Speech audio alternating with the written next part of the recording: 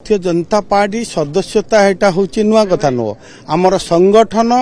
एवं सुशासन आमर दुईटी लक्ष्य रही सबका साथ सबका विकास सबका विश्वास सबका प्रयास तेणु लोक मान वर्तमान भारतीय 4.5 कोटी लोक भारतीय जनता पार्टी उपरे आस्था करिसेंती विश्वास करिसेंती से भली भाबरे तांकर कोनोसी काम प्रभाव पकैबो नहीं ओडिसार लोक मान देखि परिले जे ओडिसा 25 वर्ष रे दीर्घ 24 वर्ष रे को भली हेबा कथा आज ओडिसा जदि आमे देखिबा सब क्षेत्र रे एठे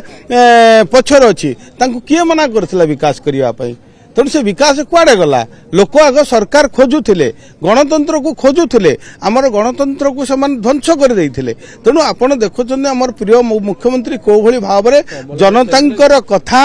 जनतांकर व्यथा बुझुचंती लोकंक कथा शुणुचंती जोटा ग्रीवांस करी आज से सरकार को लोक ग्रहण कर सारे भारतीय जनता पार्टी को से जानी सारे गोटे दल जी की विकसित करि पारे गोटे सरकार से होची मोहन माझी सरकार पंचायत निर्वाचन उपर यार प्रभाव पड़िबो कि जेहेतु बीजेडी मध्ये एक्टिव हे गला बीजेडी रो कौनसी मंत्र काम दब नाही कौनसी एक्टिव काम दब नाही केवल लोकंक हृदय रे गोटे कथा रही